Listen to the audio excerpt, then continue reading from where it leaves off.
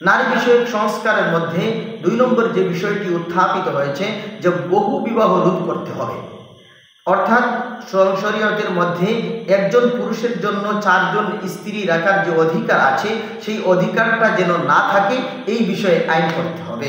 অথচ এই অধিকার একজন পুরুষকে আল্লাহ তাআলা নিজেই দিয়েছেন। সূরা নিসা 3 নম্বর আয়াতের মধ্যে আল্লাহ তাআলা বলেন, ফানকিহু মা তাবা লাকুম মিনান নিসাই মাসনা ওয়া থুলাথা ওয়া রুবা', তোমরা মহিলাদের থেকে উপযুক্ত যারা আছে তাদের থেকে 2 জন 3 জন বা 4 জন করে বিবাহ করতে পারো।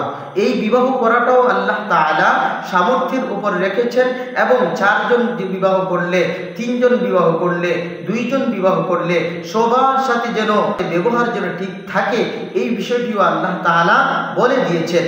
এরপরে আল্লাহ তাআলা বলেন, ফাইন খিফতুম আল্লা তা'দিলু ফাওয়াহিদা, অধিক বিবাহ করার পরে মহিলাদের মধ্যে যদি তুমি সমতা বিধান রাখতে পারো না, ইনসাফ বজায় রাখতে পারো না, তাহলে একটি শাদী করবে। তাহলে একটির কথাও কোরআনের মধ্যে এসেছে।